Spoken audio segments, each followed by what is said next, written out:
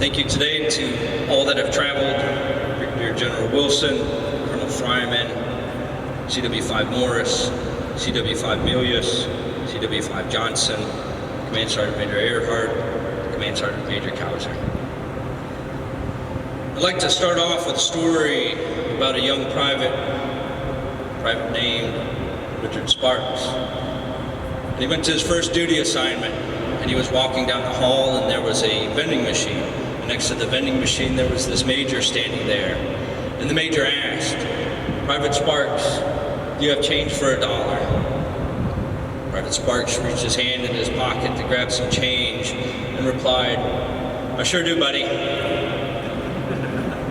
The major did not take too kindly to this and said, "Private Sparks, I'm a superior officer, and you will address me based on my rank and give me the proper respect. And if you do not do so, you will do push-ups until my arms hurt." Private Sparks nodded. The major asked once again, "Private Sparks, do you have change for $1?" By which Private Sparks snapped to attention, looked the major in the eye and said, "No, sir," and walked away. If you know Rich, you know that's probably true. So this is probably one of the toughest speeches I will ever have to give because there is so much to say about Command Sergeant Major Sparks, in fact, 30 plus years.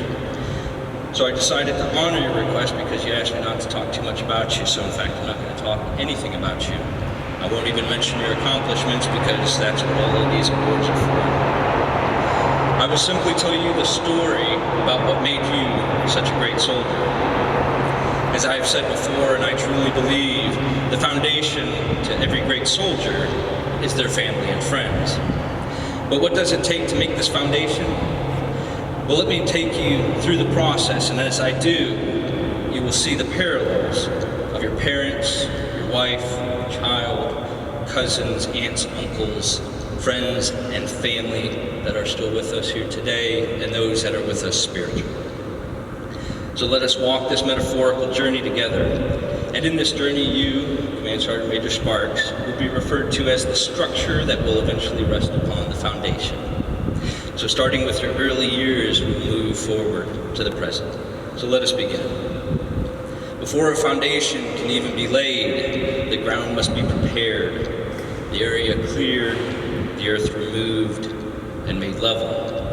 For the ground that the foundation will reside must be even, because if it is not even, then any foundation that resides upon it will lean to either one side or the other. Over the years, this will become more pronounced, and all that rest upon the foundation will have a tendency to move to the lowest point. Never will anything in the foundation aspire to move to the higher point. It will always seek the path of least resistance. Therefore, it is imperative that the ground is made level so that the foundation will always know equilibrium and the structure that rests upon it will stand straight. After that, sand and gravel is poured. This sand and gravel is representative of the mesh network of family and friends you have made over the years. Their purpose is not only to shoulder the burdens of stress for the structure, but the sand and gravel is also there to draw nefarious elements away from the foundation to keep it dry, to keep unwanted forces from slowly eroding the ground beneath that foundation, thereby creating a cavity by which the foundation would eventually become compromised, collapse in on itself, and with it go the structure. This is the importance of the network you built. After the sand and gravel is laid, blocking and bracing is placed in order to establish the foundation where the foundation should be poured. This blocking and bracing is representative of all the tough love, teachable moments, good order, and discipline that were instilled in you from your upbringing to your basic training. This blocking and bracing serves as a line of demarcation that signifies that everything that resides within these boundaries are right, good, and pure to the foundation itself. Everything that lies outside of these boundaries are in direct conflict with the foundation and its structure. Make no mistake about it. These boundaries are the dividing lines that let you know the difference between right and wrong. They're the dividing lines that let you know the difference between truth and untruth, between justice and vengeance, between selfless service and selfish service. And even after all this work, the foundation still has yet to be laid. Now, I won't say that this is the most critical part of the process, but I will tell you that the precision of it is crucial. Tracy, this is where you and Kristen are most evident. You see, the foundation must be right and it must be exact. Because if you use too much of one element, the foundation will be too fluid, and it will seep beneath those boundaries, and it will become indistinguishable from the outside environment, and undoubtedly it will be useless and never support any structure of any value. If you use too little of an ingredient, the foundation will look perfect and strong, but it will be too brittle, and over time it will crack under the weight of the structure that rests upon it. Therefore, the balance of the ingredients are paramount to the strength of the foundation. I cannot tell you all of the ingredients that go into making a foundation, but what I can tell you is that they are always equal. Because to have a strong foundation, you must have strong bonds. And in order to have strong bonds, there must always be tension, a perfect equilibrium of both push and pull. So for this to be true, then it means that there must be as much loss as there are gains. And so the ingredients to make a strong foundation are truly as much heartache as they are heart warmth. They are the handful of words that we throw at each other during our arguments, but they are also the soft-spoken words we give during our humble apologies. When we are in pain and there are no words to console each other, we simply embrace, as if we were transferring our strength from one individual to the next, or perhaps sharing the strength that resides between us so that neither should fall. In our lives, when great milestones are achieved and there are no words to articulate how proud we are of one another, we also embrace, as though we were embracing the moment itself, as to bookmark it as one of the great chapters of our lives. There were deployments where goodbyes were too great to bear, and we begged to the heavens to give us one more minute, just one more minute, as if that would become the most important minute that you ever knew in your life. But with that, there was also the homecoming, the great reunion, where we realized we endured 1,000 minutes apart, and when we found each other again, maybe it was then that we discovered that that was the most important minute of our lives.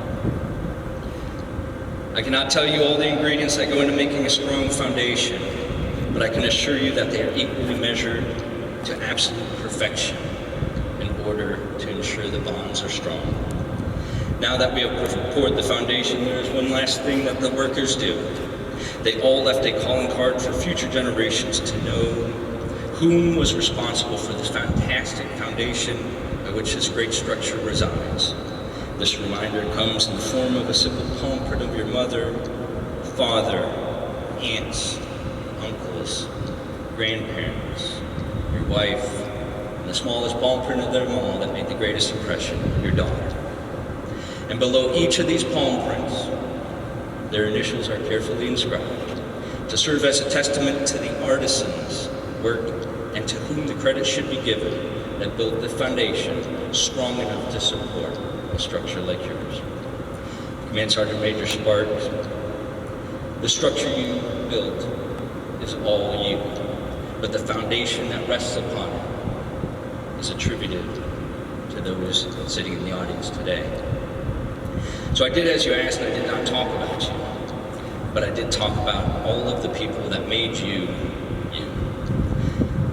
But something tells me that after 30 years of service, which is over 10,950 days of memories, stories, actions, and interactions, there's something that tells me that somewhere in this army, there's a foundation of a soldier that has a palm print and the initials Romeo Sierra inscribed below it. Thank you for all you have done. You are truly a soldier's soldier, and your absence in this formation will be evident. Godspeed to you and your family.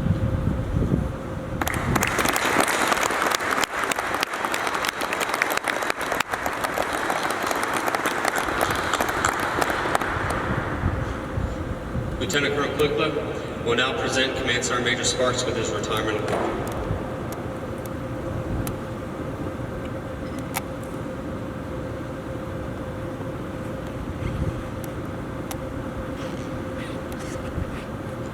Attention orders. The Legion of Merit is awarded to Command Sergeant Major Richard Sparks for exceptionally meritorious service for his more than 37 years of increased responsibility, culminating as the Command Sergeant Major of the 1st 171st General Support Aviation Battalion. Command Sergeant Major Richard Sparks has been a keystone to each unit he has had the privilege to work for. He displayed unsurpassed professionalism and leadership. His contributions have left a long-lasting legacy on the units and junior leaders he has mentored, and a positive-minded expert in his field that will be